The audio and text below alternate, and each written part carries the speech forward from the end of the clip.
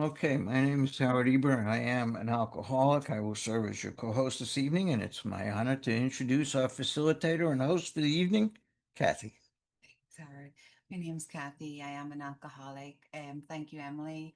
Thank you, Rob, and thank you, Caleb, for your service. And see a few new people, so welcome. And see my friends here that were here each week. So welcome back, everyone. We are going to begin tonight at the bottom of page 25 at the central fact of our lives. But I'd like to do a little recap before we start and talk about where we kind of ended last week.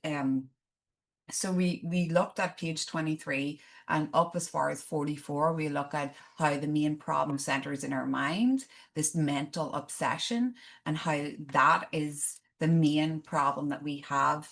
And it drives us to take a drink, which then activates the allergy, which then turns into the phenomenon of craving. So what do we do about that? If the main problem centers in our mind, and we get to see that we have no power, no choice, and no control. Well, we're without defense against the first drink. And we're going to look at what we have to do in order to get what's offered here, which is the solution. And it talks about the solution being the spiritual awakening. We just went through that last week at the end about basically the steps and how there is a solution. There's one solution. And these are the things we have to do. It talked about how we don't like these things. Like I did not like having to do inventory, self-searching, leveling of my pride, confession of my shortcomings. But this is what it's required to get this personality change, this spiritual awakening to overcome alcoholism. So I don't have to like it. If you're here tonight and you're like, oh gosh, you don't have to like it. Like I say to the girls, like you just have to do it. Um, and we ended on a beautiful promise as well, how, we've found much of heaven and we've been rocketed into a fourth dimension of existence, of which we'd not even dreamed. And how this fourth dimension is a combination of living in all 12 steps. In other words, I was taught that this way, like this, how would you say this? Way There's of three life. Oh, dimensions. the Yeah. three The three dimensions of life. dimensions of Yeah. life. So we have spiritual, we have mental, and we have physical. And the spiritual is steps 1, 2, and 3. The mental is 4, 5, 6, and 7, and the physical is 8 and 9. And so when I work those steps and I live in 10, 11, and 12, I get to live in this fourth dimension and it talks about of which we had not even dreamed. So basically, living in the fourth dimension is a harmonious blend of all these steps. And I try to live that way each day. I'm not perfect, but that's why we have these steps. So I'm going to read this and then we'll go back and do a wee bit of chatting on it. So the great fact is just this and nothing less, that we have had deep and effective spiritual experiences which have revolutionized our whole attitude toward life, toward our fellows, and toward God's universe.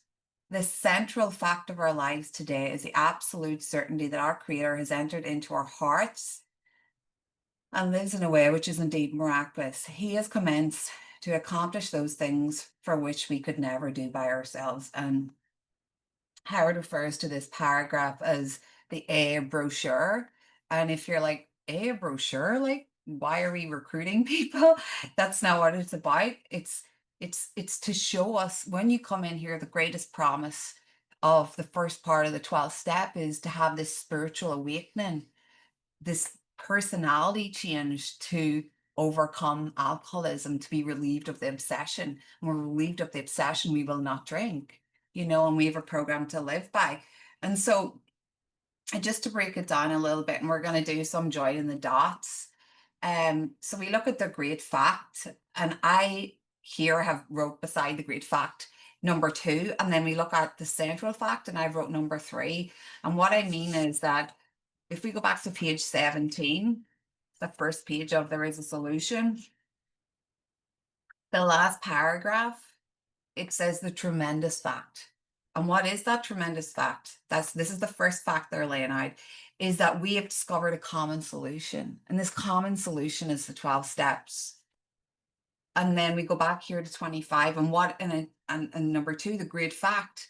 What is the great fact? That we have had deep and effective spiritual experiences. The first 100, I'm not getting into what what if it was 80 or whatever, and they've had these deep and effective spiritual experience. That's the great fact. And then we look at the central fact. What is the central fact? The central fact is that this creator has entered into our hearts and lives and lives in a way which is indeed miraculous and has commenced to accomplish those things for which we could never do by ourselves. And there's a little asterisk here as well, and we are going to take a little dance over to page 567 in a little bit. But I just want to go through this a wee bit.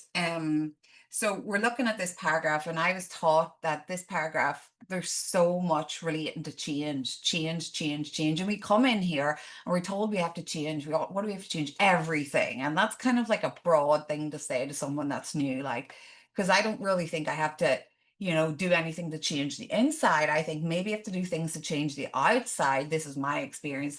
I did not know what they were talking about. And so we look at how these deep and effective spiritual experiences have changed our whole attitude. And this is the first 100. This is Bill writing this. Our whole attitude toward what? Toward life, toward our fellows, and toward God's universe. So revolutionized just means changed. And that would be my whole attitude. So that would be my mental, that would be the mental dimension. And my fellows would be you guys. That's the physical dimension. And God's universe is the spiritual dimension. And I want to live in harmony in all three, which leaves me in the fourth dimension. I mean, having a whole attitude change toward you guys, toward God, and toward life is huge. It's huge because I come in here and my problem is my thinking. You know what I mean? It's that's where the main problem starts, is in my mind. But I have a much deeper problem than that. Be it lack or power is my dilemma, but I'm kind of jumping ahead. And then we're talking about the central fact that this power has entered into our hearts and lives, or lives in a way which is indeed miraculous. This power has accomplished things for which we could never do by myself. What could I never do by myself? First thing is stay sober.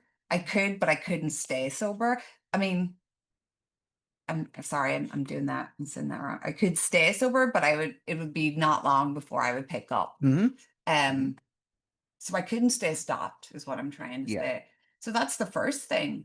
Howard, do you want to talk a wee bit on that? Well, it's an interesting thing. This paragraph ends with a statement that says that we've accomplished things that we could never do by ourselves.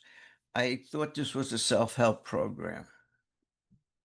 I guess it's not.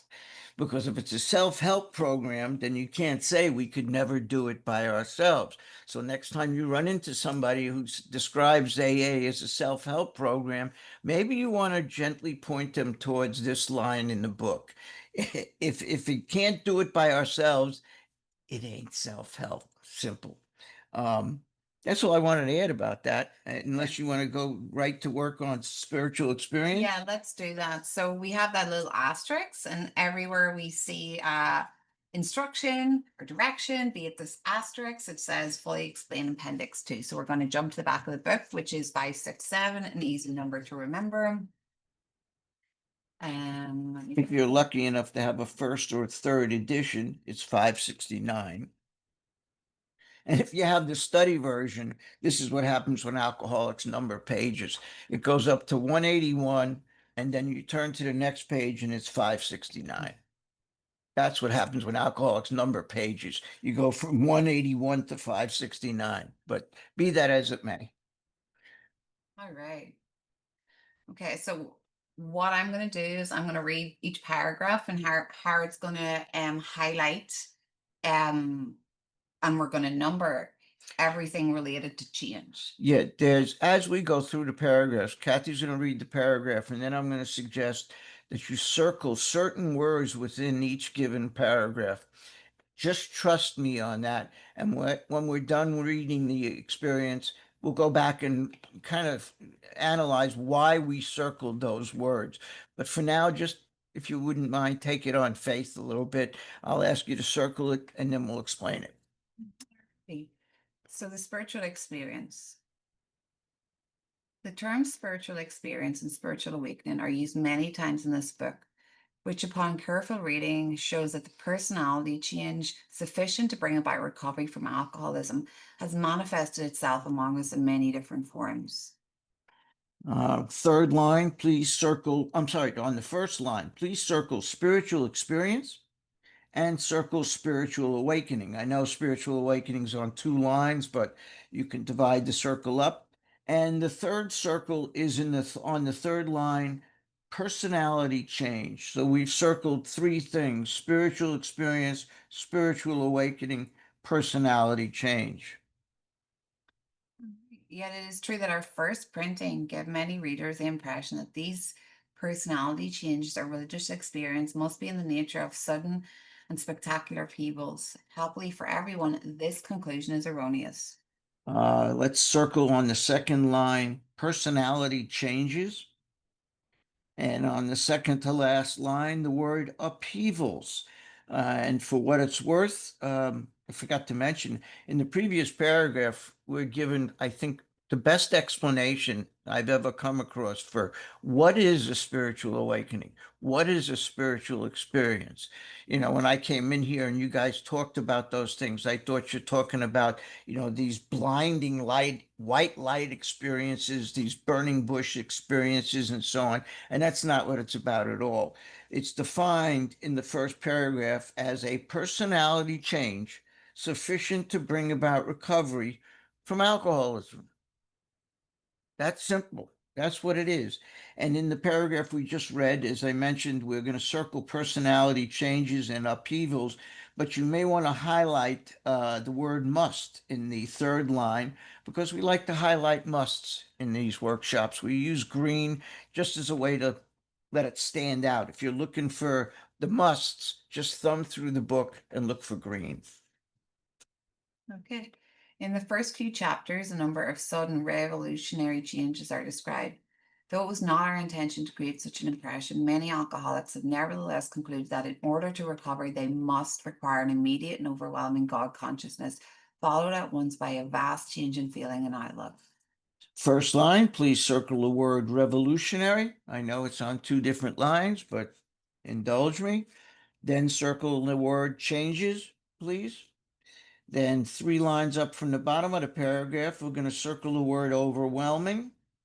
And underneath it, we're going to circle vast change.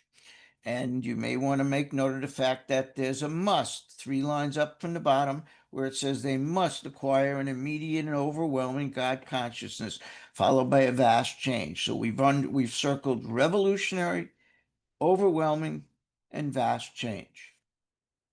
Among our rapidly growing membership of thousands of alcoholics, such transformations, though frequent, are by no means a rule. Most of us, I beg your pardon, most of our experiences are what the psychologist William James calls the educational variety because they develop slowly over a period of time. Let's circle on the second line the word transformations. And I don't know, maybe I'm being a little pedantic here, but in the first line it says, among our rapidly growing membership of thousands. I've changed that to millions because today we ain't thousands anymore. We are millions. Um, and William James's quote about the educational variety: spiritual awakening happens slowly, gradually over a period of time, like we're doing here. This is of the educational variety. A spiritual experience happens suddenly. White light experiences, those experiences that Bill had and Fitzmayo had. So we're bringing up William James, and we'll get back to William James in a moment once we get through this paragraph, this section. Quite often, friends of the newcomer are aware of the difference long before he is himself. He finally realizes that he has undergone a profound alteration in his reaction to life, that such a change could hardly have been brought about by himself alone. What often takes place in a few months could seldom have been accomplished by years of self discipline. With few exceptions, our members find that they have tapped an unsuspected inner resource, which they presently identify with their own conceptions of a power greater than themselves. Let's circle right in the middle. Quite often, friends, the newcomer are aware of the difference. Please circle the word difference. If you're counting, incidentally, that's the 11th word we've circled. Difference. 2 lines down from there, let's circle alteration, profound alteration. That's number 12. The next line has the word change. That's number 13. And there's an interesting thing here that Kathy just read that I missed for years. I missed this point of this line. What often takes place in a few months could seldom have been accomplished by years of self-discipline. You want to know how long it takes to work the steps? It could be a few months. It could be. It could also be 8 hours. But what he's referring to here is of the educational variety that happens gradually over a period of time. And what happens as a result of doing that over these months could hardly have been accomplished by years of self-discipline. What do we mean by self-discipline? How about don't drink and go to meetings, right? That's self-discipline. So what can be accomplished in a few months through the steps could seldom have been accomplished by years of white knuckling it by don't drink and go to meetings. And with few exceptions, our members find they've tapped an unsuspected inner resource, God consciousness, our sixth sense. And if you want to know where to find that, see page 55. We'll get there. Most of us think the awareness of a power greater than ourselves is the essence of spiritual experience. Our more religious member call, I beg your pardon, our more religious members call it God consciousness. We're going to circle spiritual experience. Again, that is number 14. That's the last circle. Please note, he says are more religious members, not actually spiritual is what we're talking about. We're not talking about religious. We're talking about spiritual. And God consciousness, as Kathy mentioned a moment ago, that is the central fact. We were just told that on the previous page on when we were reading, and there's a solution that the central fact of our lives is God has entered into our hearts and lives and lives in a way which is indeed miraculous. That's the central fact. Most emphatically, we wish to say that any alcoholic capable of honestly facing his problems in the light of our experience can recover, provided he does not close his mind to all spiritual concepts. He can only be defeated by an attitude of intolerance or belligerent denial. Well, we're not going to uncircle anything in that, but you may want to make note, underline the stipulation here, the condition that we can recover. Doesn't say will recover, incidentally. He said that any alcoholic capable of honestly facing his problems, and you may want to underline that word honestly, in the light of our experience, can recover, not will, but can. And here's the stipulation, the condition. He doesn't close his mind to, and let's underline, all spiritual concepts. And while we're at it, you may want to underline the next sentence that he can only be defeated by an attitude of intolerance or belligerent denial. I spent most of my life being belligerent. Belligerent is just quarrelsome, having a combative attitude, being hostile, having a fighting attitude. Whatever you say, I'm going to take the opposite opinion.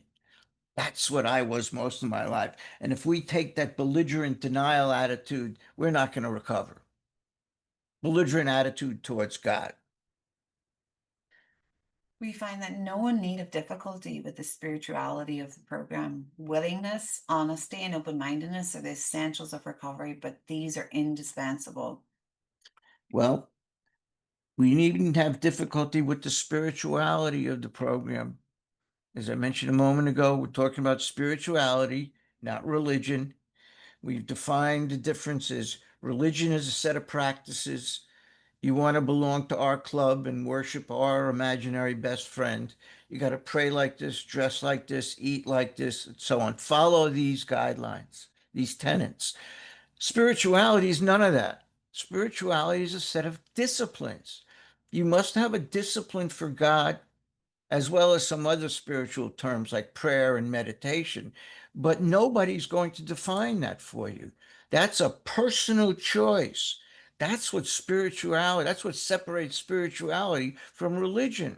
Religion tells you all of those things. Religion dictates all of those things. Spirituality says you got to have a discipline for them. You figure it out yourself. That's basically it.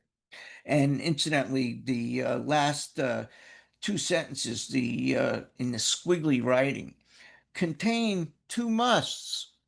It says honesty, willingness, honesty, and open-mindedness are essentials. Essential is a $50 way of saying must. And on the next line, he does the same thing. Indispensable. That's a $40 version of must. They're both musts. There is a principle which is a bar against all information, which is proof against all arguments, and which cannot fail to keep a man in everlasting ignorance. That principle is contempt prior to investigation. Herbert Spencer, you want to? Yeah, let's talk about that a bit. Rob,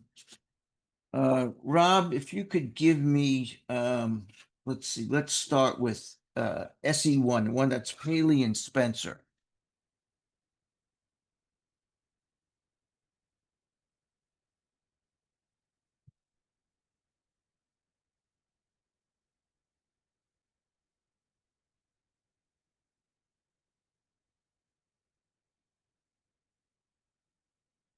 Nope, the one that has Paley and Spencer. Keep going.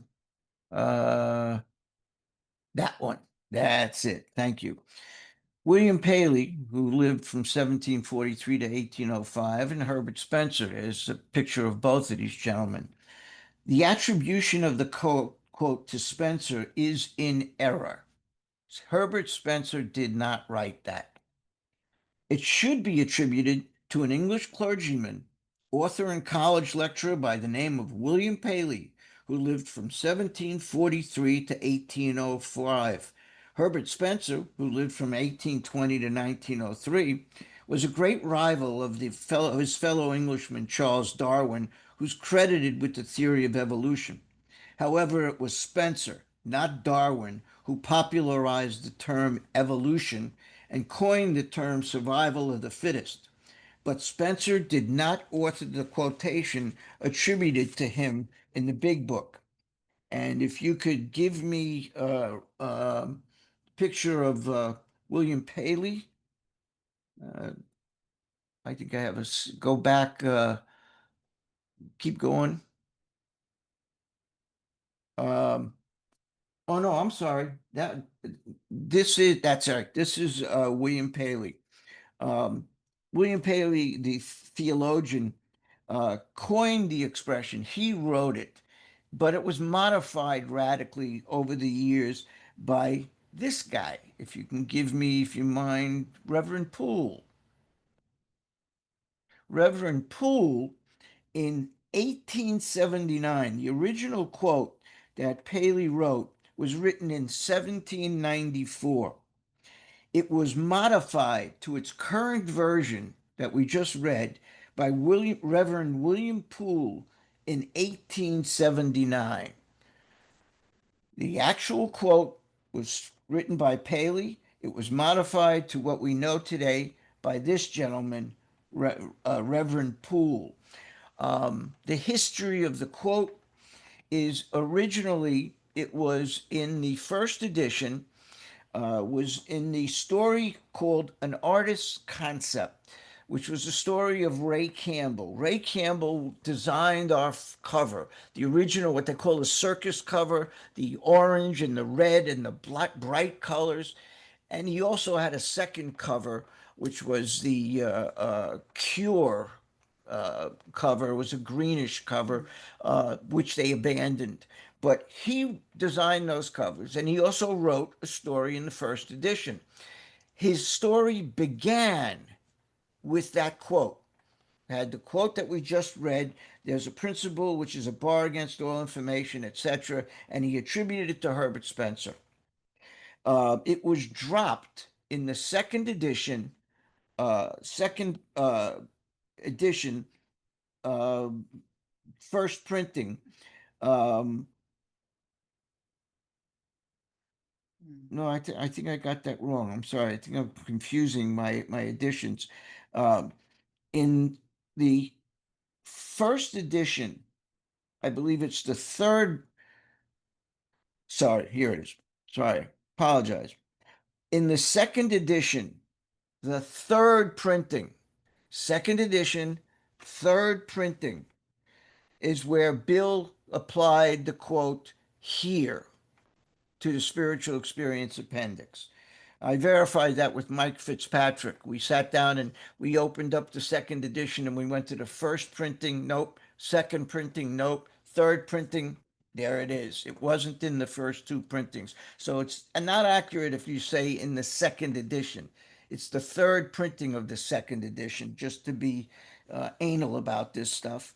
Um, what else can I tell you about it? Oh, Ray Campbell's story, an artist's concept, is available in the book Experience, Strength, and Hope, which is a compilation of all the stories that were once in the book that were removed for one reason or another. So it's not lost. If you want to read Ray Campbell's story, it's there, including that quote.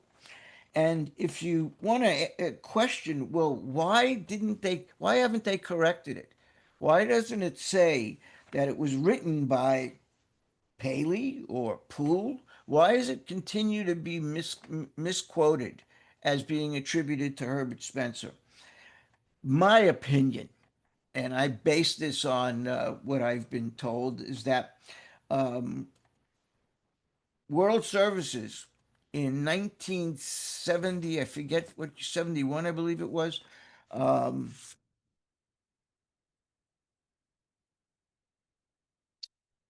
I believe it was 71, uh, stated that nothing in in the recovery portion of our book, the first 164 pages, nothing could be changed without the following approval. 75% of groups worldwide had to approve any change. If you've gone to a business meeting at your local meetings, you know you can't get 75% of the business meeting to agree on what kind of creamer to use in the coffee or sugar. No, I want sweet and low. I want Splenda. I want stevia. You can't get them to agree on anything. So if you want to get a change made in this book, you have to get 75% of worldwide groups to approve it, which means it's never going to get done. And the spiritual experience is part of the recovery portion of the book. So that gets swept into that. Just can't change it for that reason. I wish they'd have made an exception for that because it is misleading, but be that as it may. Um, what else can I tell you about that? Rob, can I have uh, survival of a fitting quotation? And Rob can probably put a link for this in the chat. This is the story of this quote, how it got changed, how it went from one thing to the other. It's not very long. Rob will put a link for it if you want it in the chat so you can print a copy of it for yourself. And just while we're talking about William James, Rob, if you can give me the first one that you put up, the William James quote. William James actually, let's go back one to the cover of the book.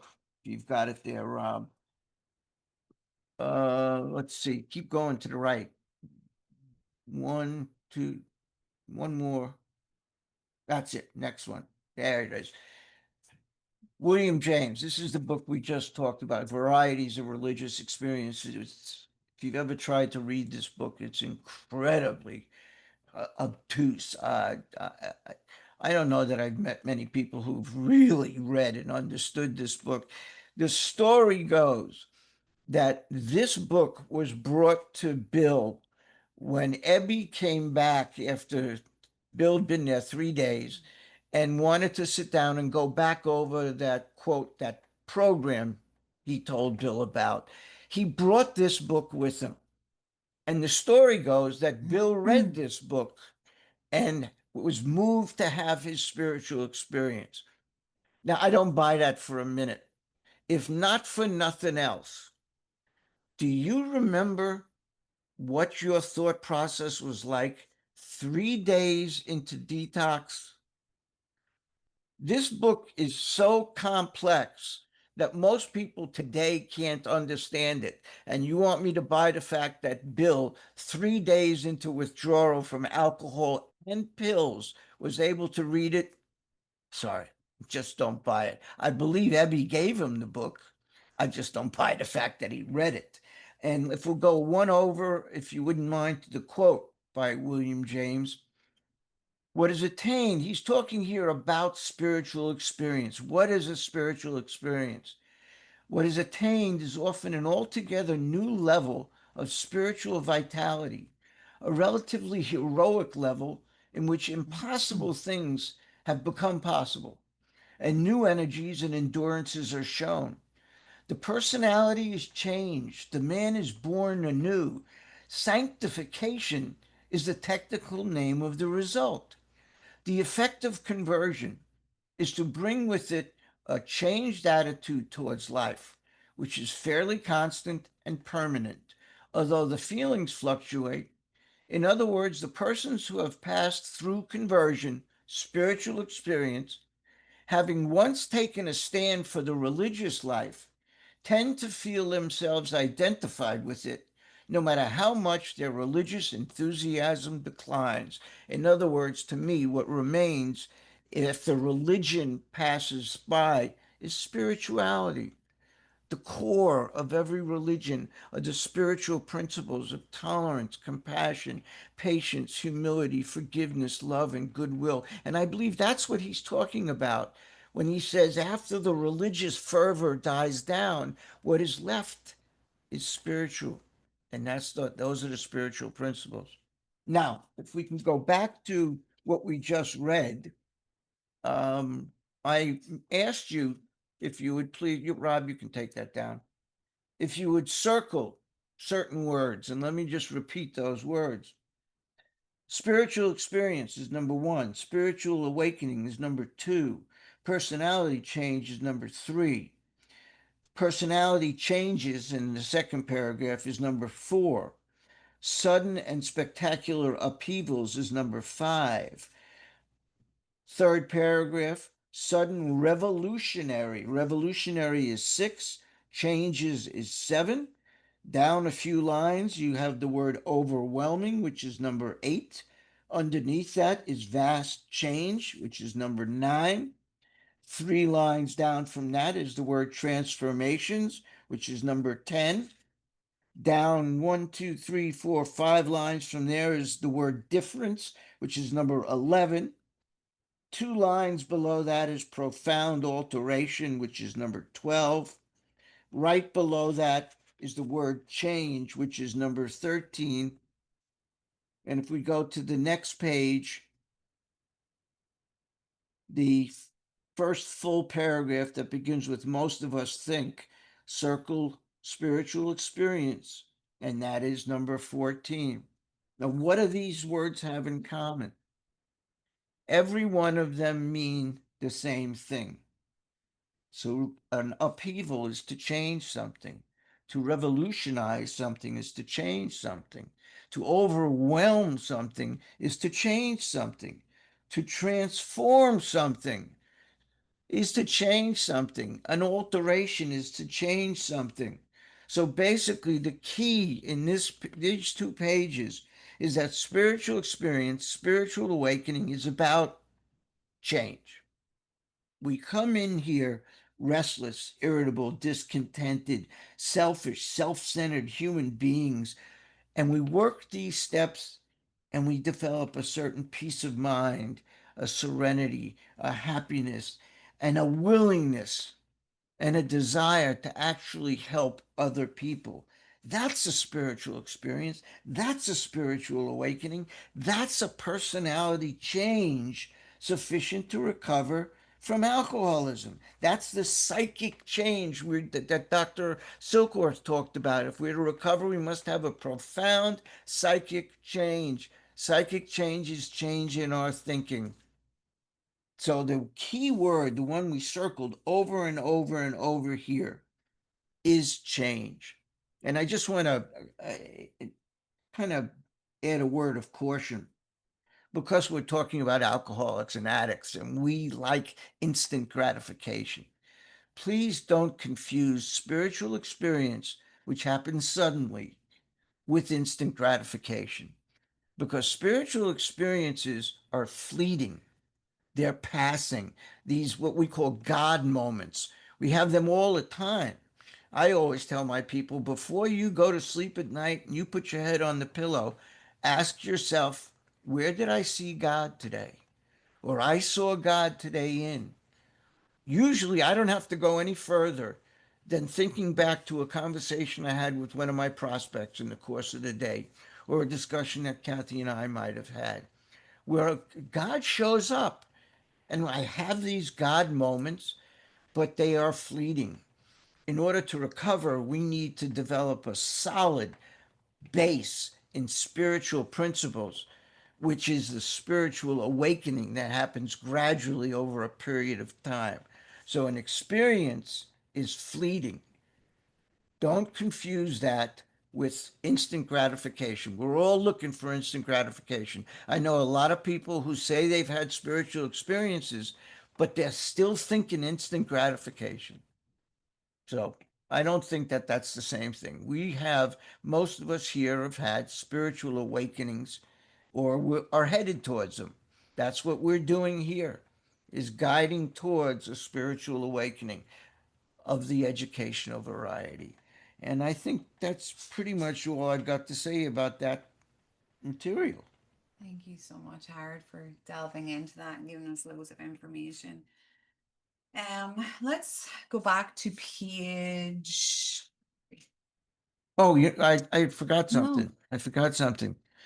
When the reason why this appendix was added was the New York office was overwhelmed after the first edition came out, the first printing, with letters from people who were saying, we've done what you suggested to do here. We've had personality changes. We're not the same people we were before, but we haven't had that white light experience that you had, Bill. What are we doing wrong? So Bill wrote this appendix to clarify the point, and he says it in the first paragraph, that spiritual experience, which happens suddenly, spiritual awakening, which happens gradually, happens in many different forms. And it's only a question of time. It's about a personality change. One thing happens quickly, one thing happens slowly. So, where he says, happily for everyone, this conclusion is erroneous. That's the conclusion that people had, that if they're not having that white light experience, they must be doing something wrong. So Bill wrote this, and originally it was not called spiritual experience. It was called Appendix number 2. The first appendix was called Contact Information and How to Purchase This Book. It was changed to spiritual experience in, I believe it was 1955. Um, yes, 1955, the first printing of the second edition. First printing, second edition, changed from Appendix 2 to spiritual experience. And that's the way it's remained ever since. Sorry about that. no, I love that. And I'd like to carry on talking about that a little second. And that brings me back going to jump back a little minute to page 14. I was actually doing this earlier with the sponsee. And the first paragraph, it's Bill's describing his spiritual experience. And he talks about how there was this sense of victory followed by peace and serenity as I'd never known it. There was utter confidence. I felt lifted up as though the great clean wind of a mountaintop blew through and through. God comes to most men gradually, but his impact on me was sudden and profound. And that is poetic and that is wordy. But I love, he says, for a moment I was alarmed, called my friend, the doctor, to ask if I were still sane. He listened in wonder as I talked. Finally, he shook his head, saying, something has happened to you I don't understand. You better hang on to it. Anything is better than the way you were. The good doctor now sees many a man. He knows those who have such experiences. He knows they're real. What I was taught also is like Bill's was, like Howard was saying, sudden and profound. But he went to Dr. Silkworth, and doctor was like, something happened to you, better hold on to it. Anything's better than the way you came in. Bill named that his spiritual experience. Nobody came to him and told him you've had a spiritual experience. So I guess what my point here is like, we have them when we have them. Who am I to say you had your spiritual experience or that wasn't a spiritual experience? We are the ones that get to say it. But I also wanted to say how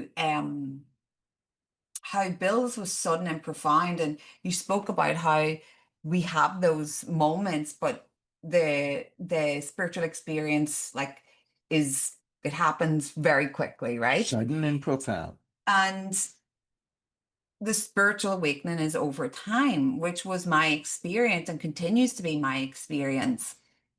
But if we look at, when Bill talks about his spiritual experience, clearly he's had one. He describes it for us, but also he said that he was lying in bed and thought of hopeless alcoholics who might be glad to have what was so freely given to him. And then maybe they'd help, they'd work with others. Like he came in self-centered to the core, like myself. And today I think about coming here tonight and how nervous I am, but how I can help, how I can carry the message to someone else, just like he's thinking about someone else. But if we look at page 15, he talks about how he has these, he was plagued by waves of self-pity and resentment and nearly driven back to drink. He had to go and work with another person. What am I trying to say here? He's had the spiritual experience, but it didn't just end. He still had to continue to go work with others. He had self-pity. He had resentment. Like we don't just do this and that's it. Like I've done the 12 steps, right? I've had a spiritual awakening. I don't need to do anything more. No, we get to see that example and I love it. That's all I have to say on that. That's an interesting paragraph, Kat, that you picked out. You know, Bill has this experience and he calls in Dr. Silkworth. And Silky basically says, I don't understand it. He's a man of science, right? He doesn't understand these kind of things, these Holy Ghost, God, one type of things, but he doesn't discount it and he doesn't negate it. It says he knows they are real. He supports Bill. Imagine, if you will, if Dr. Silkworth was not on call, not on duty that night. And Bill called in the orderly and told him, or the doctor on duty, about this experience he just had. And the chances are that guy would probably say, interesting. 10 milligrams of Valium here right away. Let's put this guy to sleep. He's hallucinating. But Dr. Silkworth didn't do that. Dr. Silkworth got behind him, and Bill wound up having his vision of hope. We read that last chapter, A Vision of Hope. You know where Bill's vision of hope is explained? Not just in that chapter, right here on page 14. He says, while I lay in the hospital, the thought came that there were thousands of hopeless alcoholics beyond human aid who might be glad to have what had been so freely given me. Perhaps I could help some of them. They in turn might work with others. That's Bill's vision, is an endless stream of alcoholics helping other alcoholics one on one, helping one, on one, helping one, on one. That's Bill Wilson's vision of hope. And that's what he left the hospital thinking. As Kathy mentioned, here's a guy who came in selfish to the max. Bill did what he wanted when he wanted. Remember, his wife had 3 ectopic pregnancies, nearly died. Bill visited her once, one time. This is not a guy who went out of his way to do anything for anybody else. But when he had his spiritual experience and underwent the change when he left that hospital, he was not the same man he was. And I know there are people who say that his vision was the result of some of the medication he was being given, like belladonna. Well, belladonna wasn't given to him on his 4th visit. Belladonna was given on his 3rd visit. You couldn't give it that close to one another. So he didn't have any belladonna on his 4th visit, which is when he had this experience. And even if he did have some hallucination, the fact still remains Bill never had another drink again, and he didn't go back to work on Wall Street to make a killing. His thoughts were to help others. That's not the same person who came into the hospital selfish and self centered to the maximum. Something profound happened to him, and he described it as a spiritual experience. And who are we to say it's not? The evidence supports it. I love that. We've got our marching orders from page 14. Well, from forward to the second edition about how we gotta work with others. And I was gonna say something and end on this. I was thinking when you were saying how we're just basically clones of Bill Wilson. Yeah. Like those of us who've done the work are just I don't say transplants, but like clones, right? Yeah, clones. But how blessed we are, as you always say, we get to live 2 lives in one. And if we don't Absolutely. know what we got here, me and Howard were just saying this, and I'll end now. Why we're here. Um, say the answer to that again. Remember we were talking about this? Whenever I hear people at meetings say, Yeah. this one didn't make it and this one died, and I don't know why I'm here. Why did God save me? And I always want to take them people aside and say, I'll tell you why. I know why you're here. You have a job to do. And that job is to take people to the point where you are so they can have the same experience and the same awakening that you have. That's your job. That's what the first part of the 12 steps says, that we've had this spiritual experience. And in the second part, here's your bill. You're being charged with helping others to have the same experience. So whenever anyone says, I don't know why I'm here, why did God spare me? I know why he spared you, because he's got a job for you to do. Get busy. It's a job for every one of us. Well, Job for everyone. and Rob and Emily, if anyone wants to ask We a got a question, couple of minutes if anyone's got any comments. comments, questions, thoughts, shares, critiques.